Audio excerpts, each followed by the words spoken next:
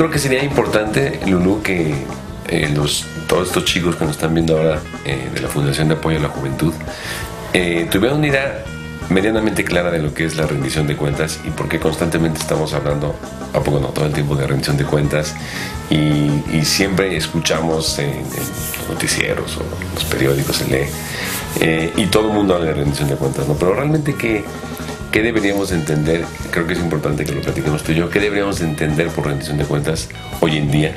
Y luego, ¿por qué se confunde o se pretende confundir transparencia con rendición de cuentas? Bueno, voy a empezar por el final, sí, ¿no? Sí, de la confusión de términos con rendición de cuentas. Buenísimo. La confusión viene del origen de la palabra. El origen de la palabra viene del francés, muchas veces citamos el inglés, pero viene del francés compte, que significa cuentas, y estaba vinculada ¿Francés cómo a se dice? cuestiones. Compte. Compte. ¿Y eso es? Cuentas. Okay. Porque no existía la noción como la tenemos hoy en día de rendición de cuentas. Entonces estaba relacionada efectivamente con el manejo del dinero, ¿no? ¿Estamos hablando de qué época? Te estoy hablando del siglo XVIII. ¿no? O sea, una tradición del siglo XVIII. Nosotros estamos aquí peleando en el siglo XXI por entender qué es la rendición de cuentas. Y luego este concepto se manejó en inglés como accountability, que también tiene que ver con cuentas, ¿no? Hacer cuentas. Hacer cuentas o dar cuentas de algo.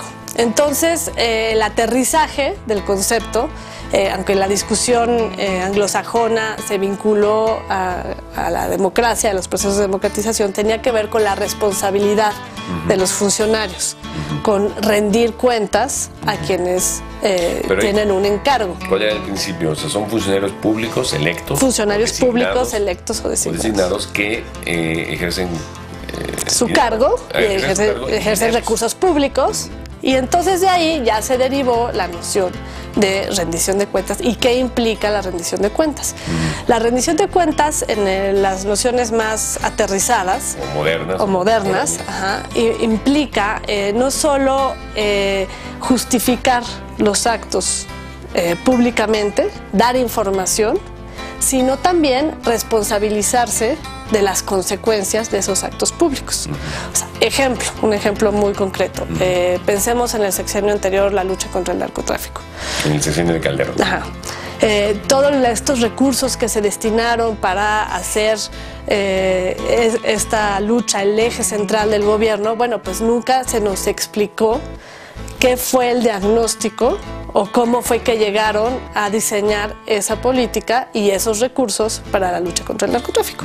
Por ejemplo, un ejemplo muy sencillo, ¿no? O sea, la idea según la cual estos enormes recursos que utilizó el gobierno de Felipe Calderón, tendríamos que saber cómo se utilizaron, cuándo se utilizaron, en qué programas se utilizaron y qué resultados se obtuvo. Eso es lo que estás diciendo. Y cuáles fueron los responsables del ejercicio. O sea, si se cumplieron o no las metas. Y si no se cumplieron, ¿por qué no se cumplieron? O sea, que alguien nos dé la cara, ¿no? Que nos diga. Pero eso es... A ver, estamos muy poco acostumbrados en México, ¿no es cierto? Muy poco. O sea, llega un funcionario público al cargo, a la oficina, ya sea electo o designado, y ya. Como que llegan a su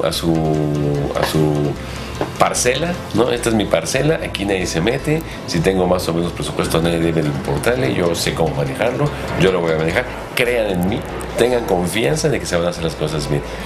Y entonces cuando uno les pregunta algo respecto de ello, hasta se enojan, ¿no? Hasta te dicen, bueno, ¿a ti qué te importa?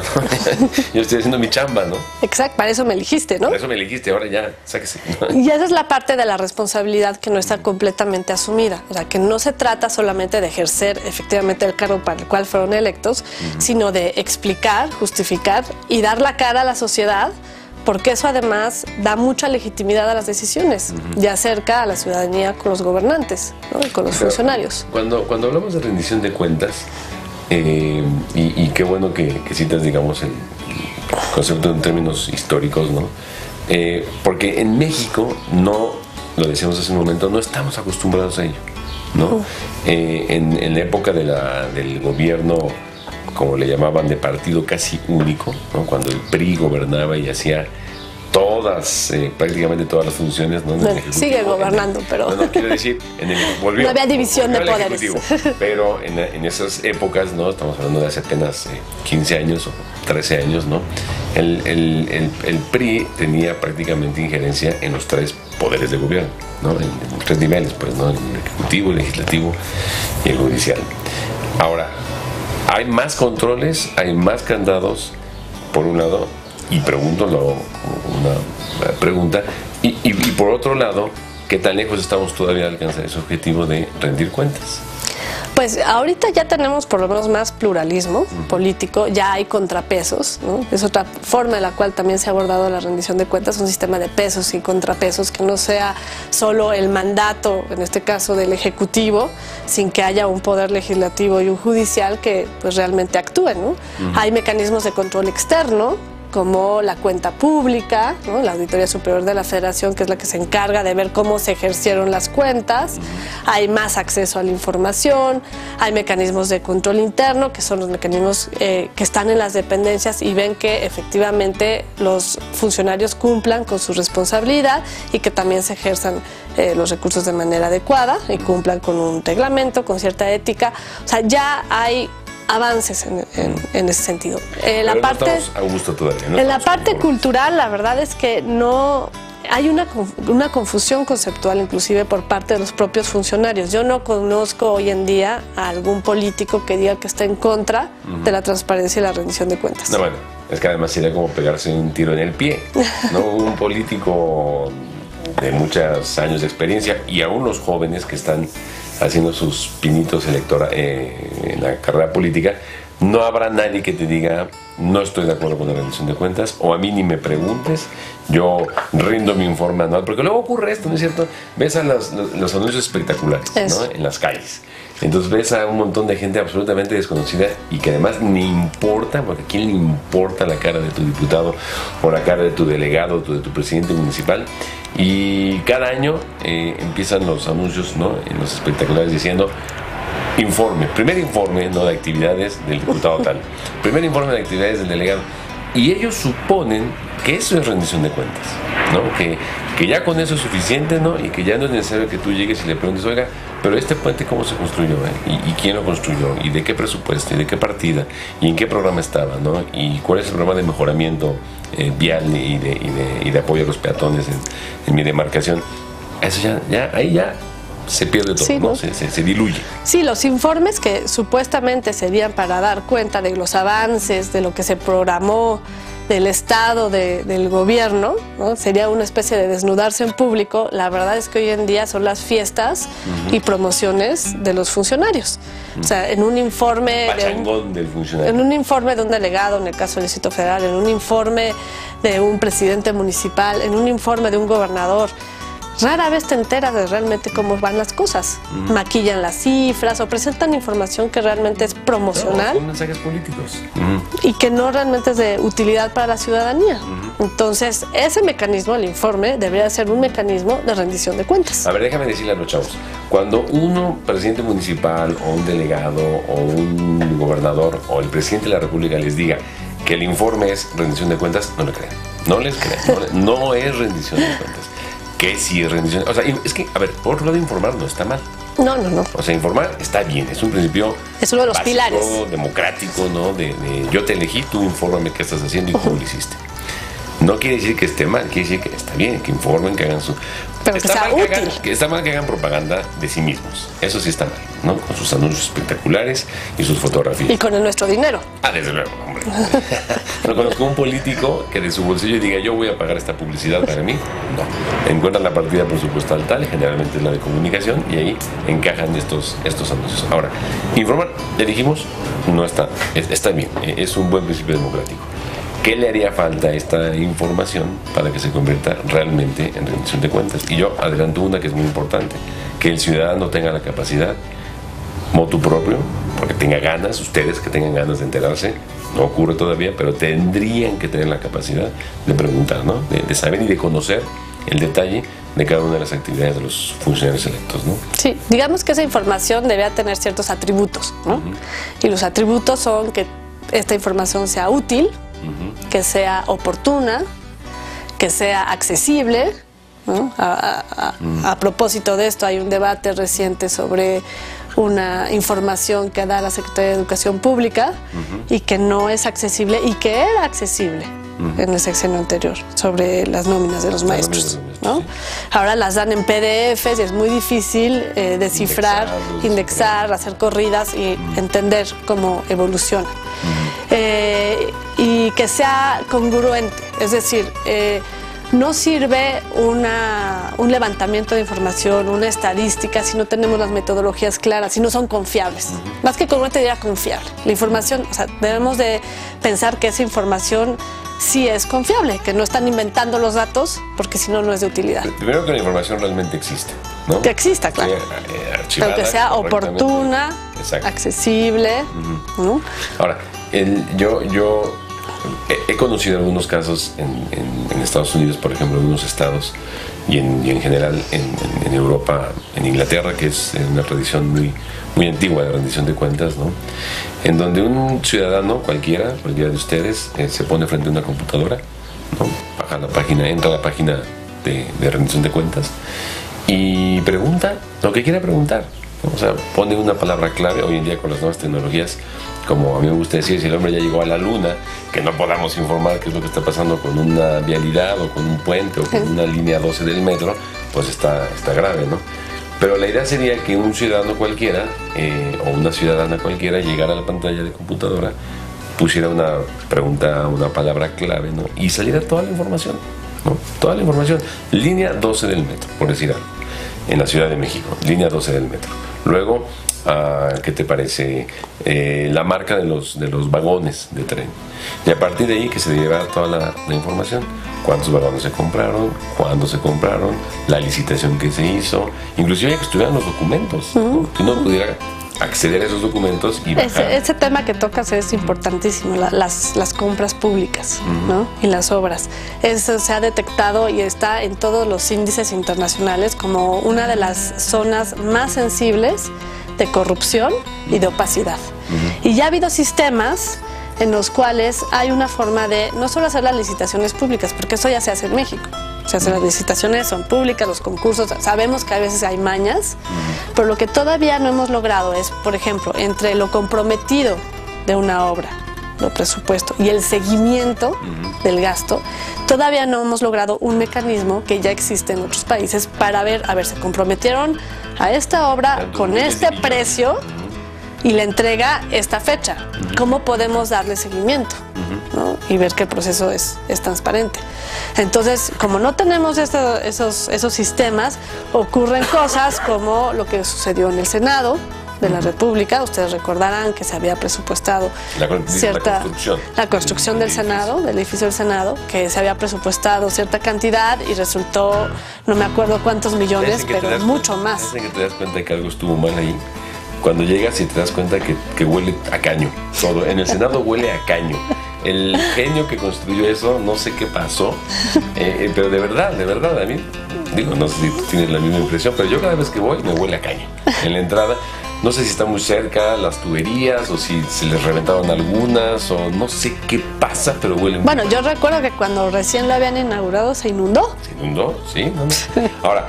O Estela de Luz, ¿qué me dices de Estela de Luz? Estela de Luz, la que se construyó para el bicentenario. El bicentenario de la independencia y sobre Avenida Reforma, pues no se sabe tampoco. Fue carísimo.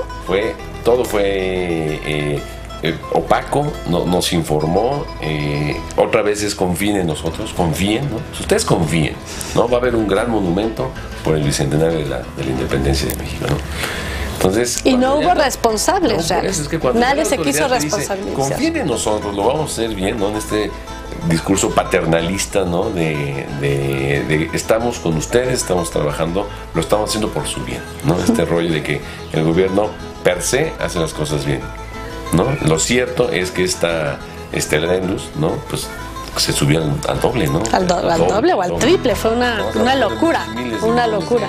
De dólares de un monumento que hoy por hoy, pues dices tú, bueno, a mí no me gusta, ¿no? Está perdido además en el espacio arquitectónico, en el entorno, ¿no? Con la construcción de estas enormes torres, en fin, sería lo menos relevante, ¿no? Pero lo importante es lo que tú dices, no se sabe. Sí. No hubo un responsable o varios responsables, ¿no? Y aunque estuvieron señalados en los medios de comunicación, tampoco se ejerció ninguna acción. La que fuera, no estoy diciendo que penal. La que tenga que ser, ¿no? A ver, llamar a cuentas, ¿no? A ver, señores, ustedes hicieron este proyecto. ¿Qué pasó? ¿Qué pasó? Se subió, se triplicó, se cuadruplicó el monto, ¿no? En fin, bueno, estamos tratando de clarificar qué es la rendición de cuentas. Ojalá que esta conversación de Lourdes y la mía ayude a ustedes a ir entendiendo cada vez más a cabalidad lo que es la rendición de cuentas, perdón, o lo que tendría que ser la rendición de cuentas en México.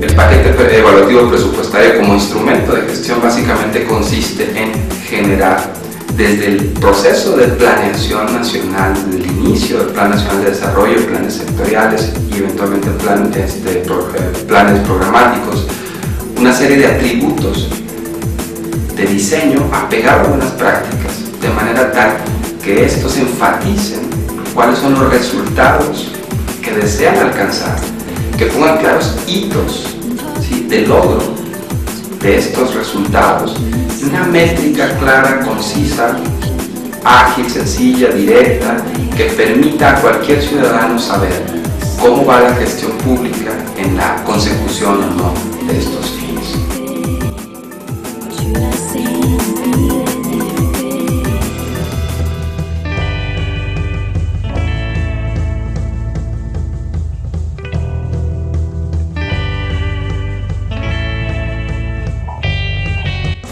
Bueno, pues regresamos a esta conversación, Lulú, y creo que vale la pena que comentemos un poquito lo que en términos generales se conoce como rendición de cuentas social, ¿no? Y por qué nos parece que es importante que lo conversemos y que lo pues pongamos lo más claramente posible, ¿no?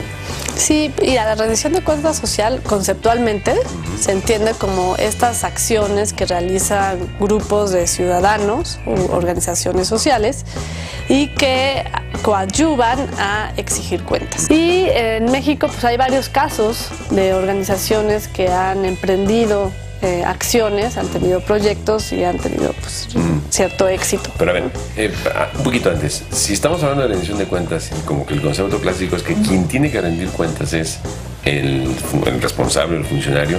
Cuando tú hablas, estás hablando ya de una acción más bien, de una acción desde la ciudadanía, ¿no? Para lograr que estos señores y señoras que están en los cargos públicos efectivamente rindan cuentas, ¿no es cierto? Exactamente, exactamente. Y bueno, se le ve como un eje transversal de la rendición de cuentas. Finalmente la ciudadanía es el actor central de la rendición de cuentas. ¿A quién se le rinde cuentas? Pues bueno, a la ciudadanía, ¿no? Déjame nada más hacer un pequeño paréntesis porque estamos haciendo esta conversación justo cuando está este debate del famosísimo, ¿cómo se llama? El retiro de los magistrados del... el haber de retiro. El haber de retiro, que es un concepto que cuando yo lo empecé a leer dije, ¿de qué están hablando con el haber de retiro? Pero hago el comentario porque tú dices que es la incidencia que puede tener la sociedad civil, ¿no? Para poder exigir cuentas, ¿no? a sus funcionarios electos o designados, ¿no? Y el enojo que puede existir por parte de estos funcionarios electos o designados, ¿no? De que la sociedad les pida cuentas, ¿no? Entonces el magistrado Nava estaba enojadísimo, ¿no? Y decía que bueno, ¿y por qué? No sé, ¿por qué nos atacan tanto, no? Un salario como el de un magistrado en México, ya ha habido varios estudios comparativos, ¿no? Es del doble en pesos corrientes o en dólares, convertido a dólares, ¿no? Es del doble del equivalente en un magistrado en Brasil o en un magistrado en Estados Unidos, ¿no? Porque inclusive los medios lo reportaron, pero no tomaron en cuenta todas las prestaciones que tienen. Además, y todas las compensaciones. Entonces, el salario nominal con todo y compensaciones, eso es aproximadamente 6 millones de pesos al año gana un magistrado. Pero quiero hacer el énfasis porque una de las cargos que hicieron los magistrados es que los medios de comunicación malinterpretaron, ¿no? Entonces, sociedad civil y medios de comunicación pueden lograr cosas que hasta hace muy poco era muy difícil y que apenas estamos empezando. Yo creo que apenas estamos empezando. Tenemos algunos buenos años ya de incidencia de la sociedad civil, pero todavía es muy prematuro y todavía se le ve mal, ¿no? Se le ve mal por parte del funcionario obligado, ¿no? a informar. Entonces dicen, es que los medios los malinterpretaron, es que los medios de comunicación tergiversaron la información, y es que nunca decía que era vitalicio. ¿No? Bueno, ¿de qué estás hablando, cuate? ¿No? O sea, ponle que no, pero si no hubiera sido por este ruido que se hizo en redes sociales, en ruido mediático, ¿no? Y de muchos organismos de la sociedad civil, académicos, investigadores. No, y puso la lupa en los salarios y prestaciones de los magistrados en un país. Para quienes no están al tanto del caso, tiene que ver con la reciente aprobación de la ley secundaria de la reforma político-electoral, en donde introdujeron sin discusión previa, subrepticiamente, o sea, sorpresa, a la calladita, o sea, introdujeron un párrafo en donde se les daba un haber de retiro a los magistrados electorales. Entonces eso puso la lupa sobre, pues, las consecuencias. O sea, presupuestariamente va a ser muy caro. Muy caro.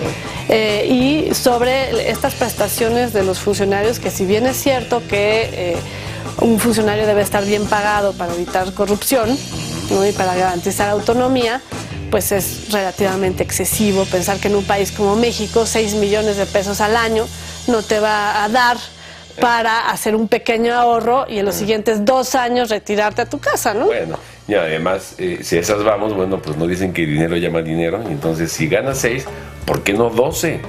¿O quién dice que no te puedes corromper porque ganes 6 millones? Por supuesto que sí. O sea, es realmente una discusión maniquea, ¿no? La que están organizando desde el lado de los magistrados y quienes los defienden, ¿no? Porque hay un componente ético que tiene que ver también en la rendición de cuentas social. Hay un componente ético que parece que no es importante para ellos. Es decir, en un país, páganme mucho para que no me corrompan. Ah, muy bien. ¿Y cuánto le pagan a los policías? Que es así como el eslabón último, ¿no? De la seguridad ciudadana, ¿no? Un buen policía. ¿Cuánto gana un policía de calle? ¿Cuánto gana un policía de crucero? ¿Cuánto gana un policía que está para defender a la ciudad? ¿Cuánto es el salario mínimo? El salario mínimo en general. Pero si estamos hablando de que páguenme bien para que no me corrompa, bueno, ¿cuánto gana un policía? Señor magistrado, no tendría que estar abogando porque los policías, por ejemplo, estuvieran mucho mejor pagados. Ya no digamos lo que usted gana, señor ministro, magistrado. Usted gana muchísimas veces más que un policía, ¿no? Pero usted dice que está bien para que no se corrompan. Bueno, exacto. Pues paguémosle 5 veces más a cada policía, ¿no? Para que no se corrompan, porque esos policías... Estoy completamente en desacuerdo que ocurra, pero así ocurre, así es, ¿no? O sea, y ese tema que tocas, la ética del cargo, tiene que ver con rendición de cuentas. Desde luego, pero les parece increíble a estos señores magistrados, ¿no? Les parece qué horror. O sea, ¿cómo? Decía Nava, ¿no? Y mira que me cae muy bien y lo conozco bien y lo aprecio, pero decía, es que nuestro trabajo lo vale. Es que hemos resuelto en 6 años 106,000 casos vinculados con problemas electorales. ¿Y qué? Sí, a mí lo que me sorprende y me preocupa es que esas personas que van a decidir sobre el futuro de las elecciones, no pareciera que no saben en qué país están parados.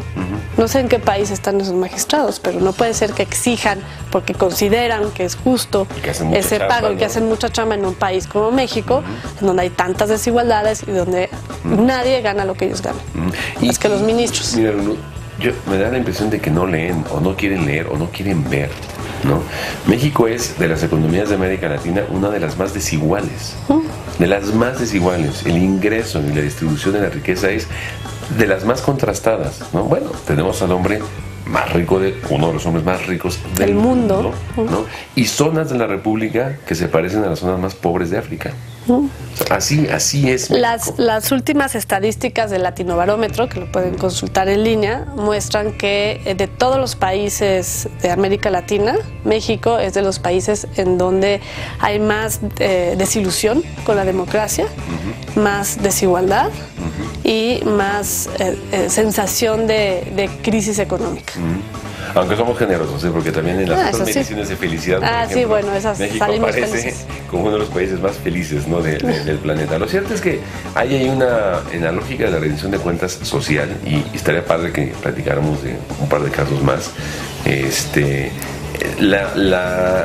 Me choca la palabra, pero el empoderamiento, ¿no?, que pueden tener las organizaciones sociales, ¿no?, la sociedad civil, para poder poco a poco ir pavimentando el camino, ¿no?, de una normalidad en donde fuera completamente cotidiano, ¿no?, que tú pudieras saber qué es lo que están haciendo, cuánto están ganando, por qué hacen lo que hacen, qué resultados se tiene de lo que están haciendo la gente que se encarga de ejercer los recursos públicos, ¿no?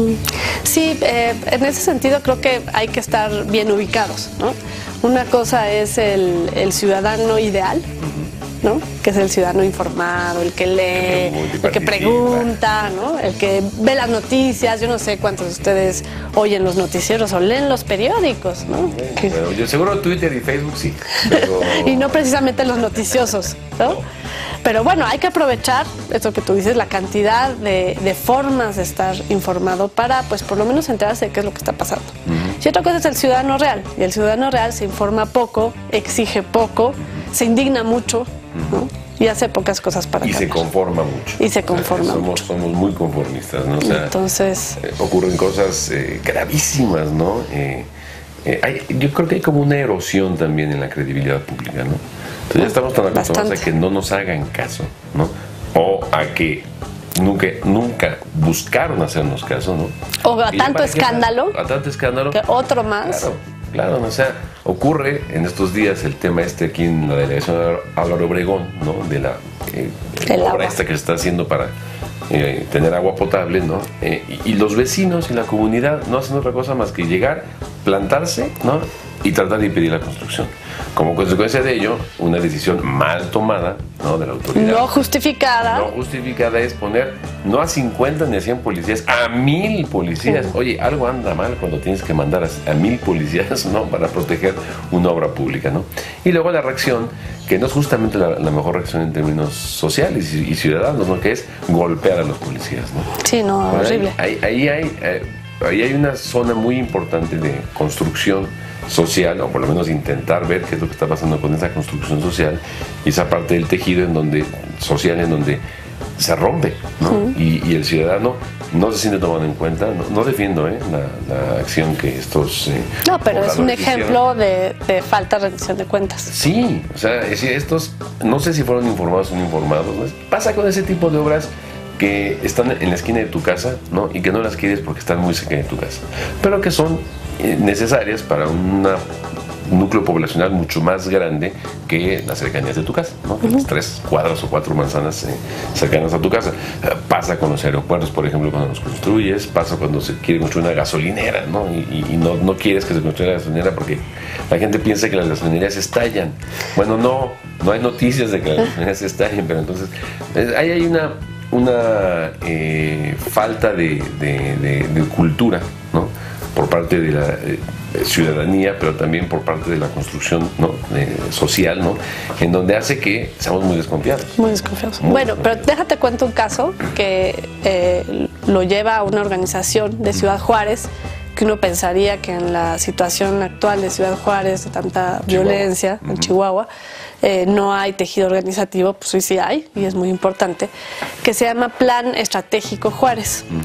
Esta organización, que es pequeña, hizo algo muy sencillo, que fue ponerle marcaje personal al cabildo municipal.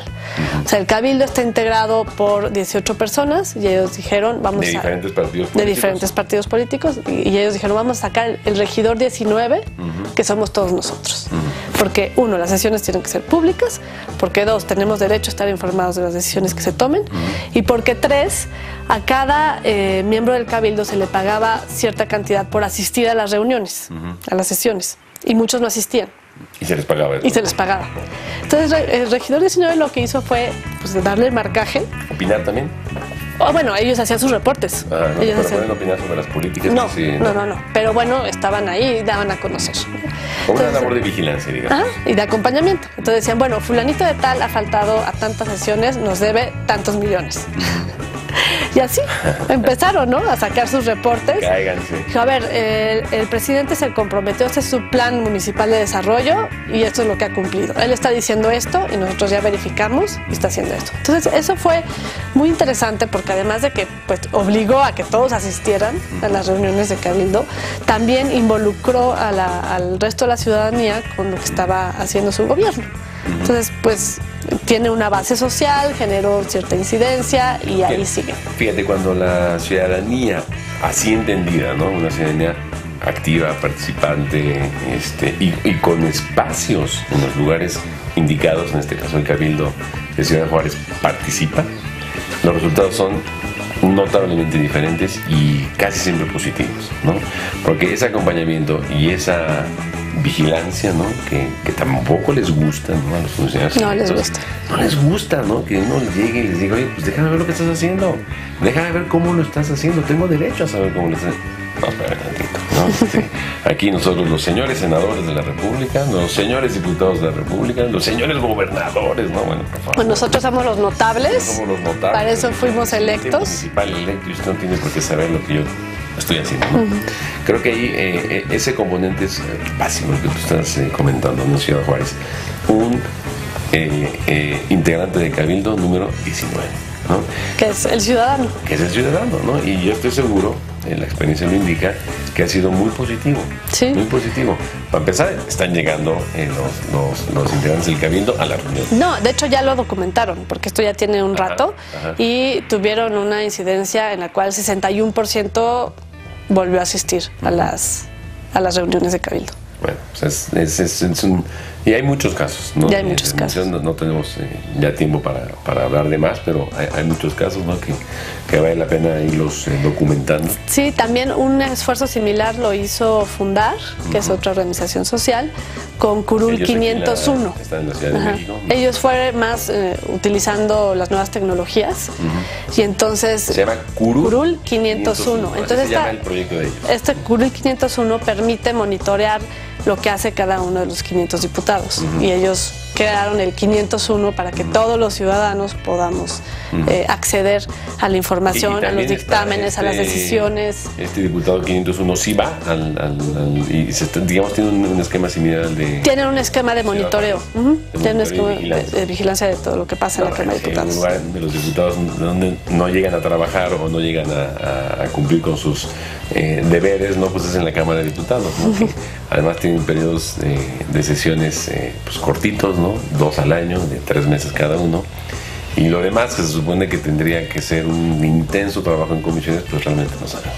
Sí. No, y hay una serie de recursos que no sabemos cómo se utilizan porque es para supuestamente el trabajo en los distritos, ¿no? Sí, o los recursos que los grupos parlamentarios. En casa del Herrero, asadón de Paloma, ¿no? Pues ahí en la Cámara de Diputados, que es la que acuerda y que aprueba y que tiene que aprobar, por cierto, las leyes secundarias en materia de acceso a la información y transparencia, ¿no? Pues son muy poco transparentes, son bastante supuestamente opacos, ¿no? Ya va a cambiar, porque la ley así lo dice. Vamos a ver. Vamos a ver. Bueno, vamos a hacer una pequeña pausa y seguimos en esta conversación. Muchísimas gracias a todos por continuar con nosotros.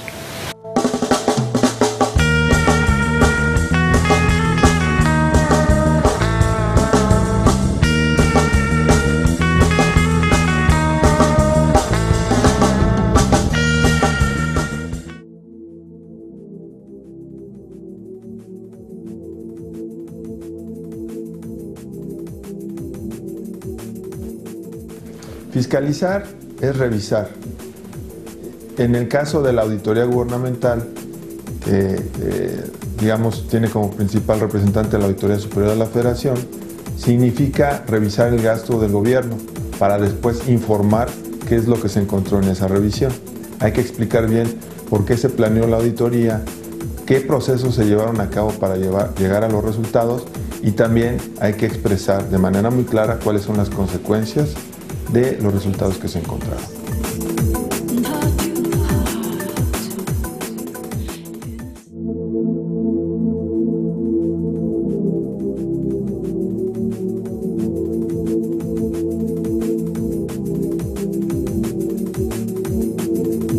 Información reservada es aquella información, valga la redundancia, aquellos documentos que pueden sustraerse del escrutinio público por Ministerio de Ley. Vale la pena mencionar que en cualquier gobierno, por más democrático que sea, siempre existe información que puede ser susceptible, insisto, de manera temporal de estar fuera del escrutinio público. En el caso mexicano, esta información reservada se encuentra particularmente en los artículos 13 y 14. ¿Y qué puede ser información reservada? Pues, ejemplo, todo lo que tiene que ver con seguridad nacional, con seguridad pública, temas que hoy por hoy no son muy cercanos, por desgracia, a los mexicanos. Pero también es información reservada, aquella que tiene que ver, por ejemplo, con el secreto industrial, comercial, bancario.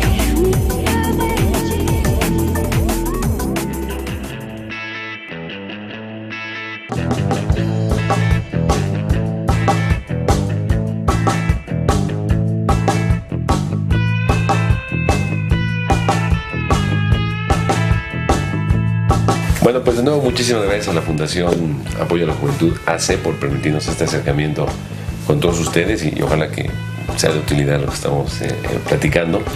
Y en esta construcción de una cultura, ¿no?, de la transparencia, de la rendición de cuentas, del acceso a la información, etcétera, yo creo que sí vale la pena que pues hagamos un rápido recuento, ¿no?, de que en dónde estamos parados hoy en día en el país.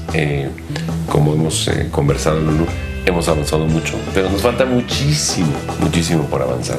Todavía seguimos en un momento en donde los partidos políticos están definiendo todo, ¿no? Entonces esto que genéricamente se llama la partidocracia, ¿no?, en donde los grupos parlamentarios pues están controlando todas y cada una de las procesos y pasos que se están dando en un sentido democrático, y ocurre lo que está ocurriendo de manera muy lamentable, que es la partidización, ¿no?, y las cuotas de poder político en los órganos y instituciones, ¿no?, que son las instituciones democráticas que nos darían mejor acceso a la información, mejores elecciones, mejor revisión del gasto en programas sociales, ¿no?, en Coneval, ¿no? En fin, estamos hablando de una serie de instituciones que están, por decirlo menos, atrapadas, ¿no?, en decisiones políticas.